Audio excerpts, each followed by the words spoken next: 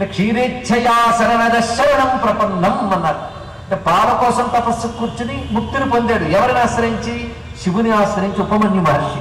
ఆ వృత్తాంతాన్ని ఇక్కడ స్మరించారు. అదేవిధంగా మార్కండేయునికి మృత్యువు నుంచి రక్షణనిచ్చి అమృతత్వ పదవి ఇచ్చినటువంటి వాడికి నమస్కారం అంటే శివునికి. ఇలా శివస్వరూపాన్ని, విష్ణు స్వరూపాన్ని, బ్రహ్మస్వరూపాన్ని, సర్వదేవతాత్మకమైన పరమాత్మ స్వరూపాన్ని చెప్తున్నారు. దీన్ని బట్టి సనాతన ధర్మమైన హిందూ మతంలో ఉన్నది ఒక్కటే. ఇది తెలుసుకోవాలి, ఒకటే పరమాత్మ, ఒకటే పరమేశ్వరుడు. మరి ఇన్ని దేవతలు ఉన్నారంటే ఇన్ని దేవతలుగా ఉన్నవాడు ఒక్కడే. ఆ ఒక్కడే ఇన్ని దేవతలుగా ఉన్నాడు. అది అనేకము ఆయనే, ఏకము ఆయనే ఎరుక ప్రతివారు కలిగి ఉండాలి. సర్వదేవతలు ఒకే పరమాత్మ స్వరూపం అనేటువంటి ఒక సత్య జ్ఞానం ఎవరి వల్ల కలుగుతుంది? గురువు వల్ల కలుగుతుంది. అందుకే భేదాలు చెప్పేవాడు గురువుడు కాదు, ఏకత్వం చెప్పేవాడు గురువు. అనేకము ఏకముగా చూపించేవాడు గురువు. కానీ అనేకము ఏకముగా చూపించే గురువే దత్తాత్రేయ స్వామి వారు. తానే సర్వస్వరూపంగా చూపిస్తున్నాడు. అంటే పరమాత్మయే గురువుగా సర్వదేవతాత్మకునిగా సాక్షాత్కరించాడు. అద్భుతమైన స్తోత్రం. కానీ మన సమయాన్ని దృష్టిలో పెట్టుకుని అసలు విడిచిపెట్టేస్తే మహిమకు దూరం అవుతాం కనుక ముఖ్య శ్లోకాలు చెప్పుకున్నాం.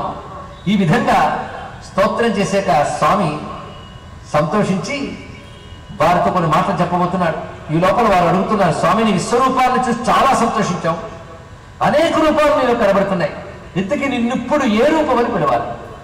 ఇవాళ మా ముందు నువ్వు మా మీద అవ్యాజ కరుణతో సాక్షాత్కరించావు. ఈ సాక్షాత్కరించిన స్వరూపం పేరేమిటి?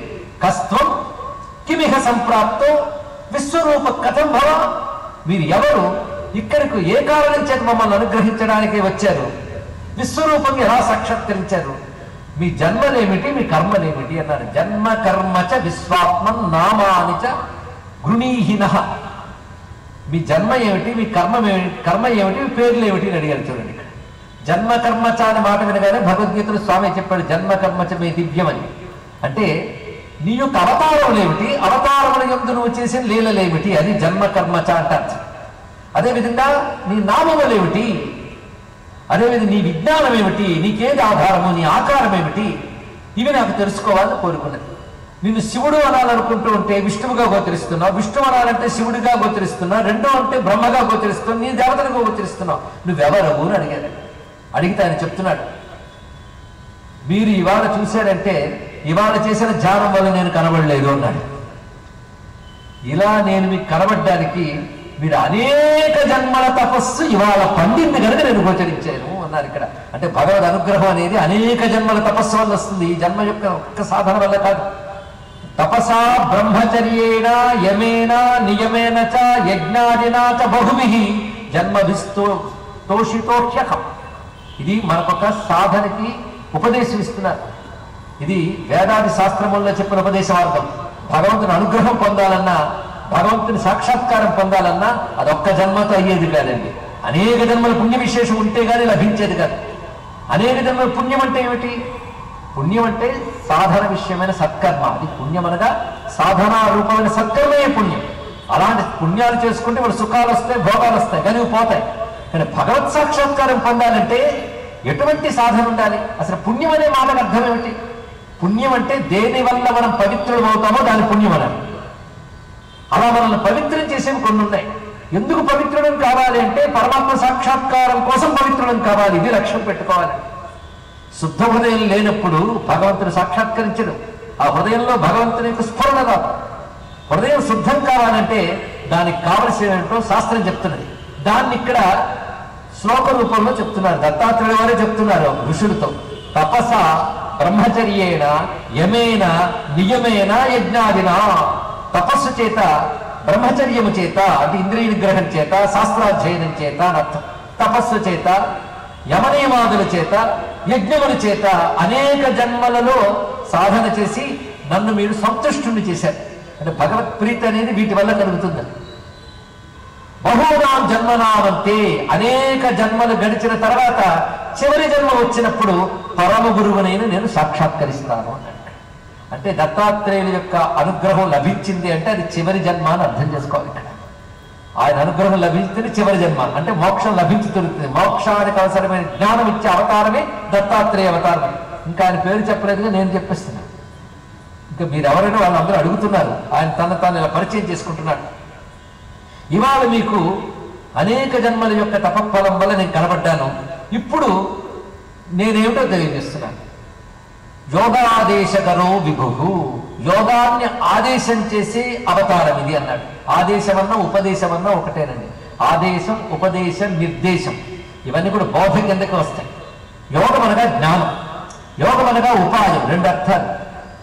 ఉపాయం అంటే అర్థం ఏంటంటే మోక్షం పొందుటకు ఏది ఉపాయమో దానికి యోగం అని పేరు. ఆ ఉపాయాన్ని, ఆ జ్ఞానాన్ని లోకానికి బోధించడానికై వచ్చిన స్వరూపం నేను. నా నామం దత్తాత్రేయ. ఇది తానే చెప్పుకున్నాడు. దత్తాత్రేయ స్వరూపేణ యోగాదేశకరో విభు అవతీర్య చరామ్యత్ర యోగినాం సిద్ధి సాధక. యోగుల సిద్ధులను సాధింపజేయడానికై నేను ఈ భూమి యందు సంచరిస్తూ ఉన్నాను. నా అవతారములు శాస్త్రముల్లో వివిధములుగా చెప్పబడుతున్నాయి. వాటిని నా భక్తులు నిరంతరం తెలుసుకుంటూ ఉంటారు.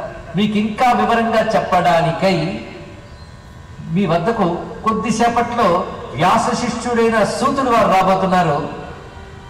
ఆయన్ని మీరు అడిగి నా అనుగ్రహం చేత ఆయన చెప్పే విషయములు వినండి. తద్వారా నా అవతారము, నా నామము, నా లీలలు అన్నీ తెలుసుకోగలరు మీరు. ఇప్పుడు మిమ్మల్ని అనుగ్రహించడానికి వచ్చారు. నా కథ వినడం వల్ల ఇంకా మీరు ధన్యులై ఇది చివరి జన్మ చేసుకుని జ్ఞానం విజ్ఞాన సంయుతం, విజ్ఞానంతో కూడిన జ్ఞానాన్ని పొందుతారు అన్నాడు.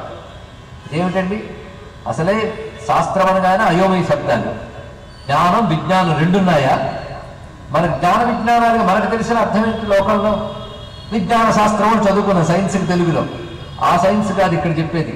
జ్ఞాన విజ్ఞాన సంయుతం అంటే అర్థం ఏంటంటే పరమాత్మకు సంబంధించినదే జ్ఞానం. అంటే పరమాత్మ అంటే ఏమిటి అని తెలుసుకున్నట ఏది ఉందో అది జ్ఞానం. అంటే ఆ జ్ఞానం రావడం అంత తేలిక. దానికి ముందు గురువుని ఆశ్రయించాలి.